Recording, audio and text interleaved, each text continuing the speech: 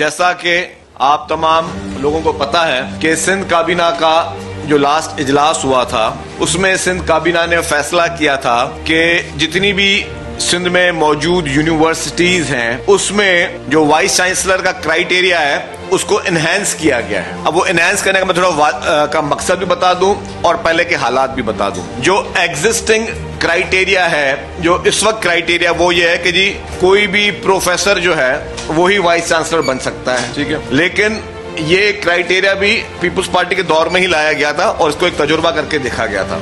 इससे पहले क्राइटेरिया ये था कि उसमें मुख्तलिफ लोगों को मौका दिया गया था। अब अभी भी जो क्राइटेरिया चेंज किया गया उसका कहीं मकसद ये नहीं कि प्रोफेसर वाइस चांसलर नहीं बन सकता। प्रोफेसर वाइस चांसलर बन सकता है, लेकिन उसके साथ साथ हमने एक और क्राइटेरिया ऐड किया, वो ये है कि कोई भी रिटायर्ड ब्यूरोक्रेट या कोई ऐसा 21 ग्रेड का ब्यूरोक्रेट जिसने उस रिलेवेंट फील्ड में मास्टर्स की हो वो भी क्राइटेरिया में आ सकता है, वो भी अप्लाई कर सकता है। और ये कोई हम पहले ये नहीं कि कोई नया तजुर्बा करने जा रहे हैं, ये चीजें पहले हो चुकी हैं। अगर आपको याद हो कि मजहर सिद्दीकी साहब सिंध यूनिवर्सिटी के वाइस चांसलर थे और उस वक्त सिंध यूनिवर्सिटी एक बेहतरीन तरीके से अपना तदरीसी अमल चला रही थी। मजहर सिद्दीकी साहब भी एक्स ब्यूरोक्रेट थे।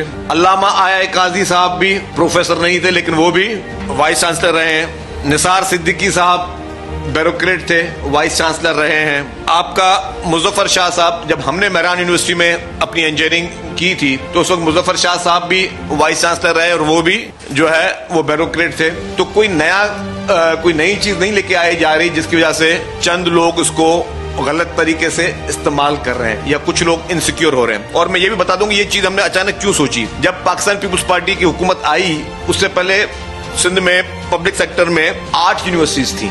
आज पब्लिक सेक्टर में 30 यूनिवर्सिटीज मौजूद हैं। तो जाहिर है कि अगर हमें 30 यूनिवर्सिटीज में वाइस चांसलर को मुकर्रर करना हो और हमें वहां पे बेहतरी के लिए तब्दीली लानी हो तो हमारे पास अगर एप्लीकेशन और कैंडिडेट्स ही इतने लिमिटेड रह जाएंगे तो हम कहां जाएंगे।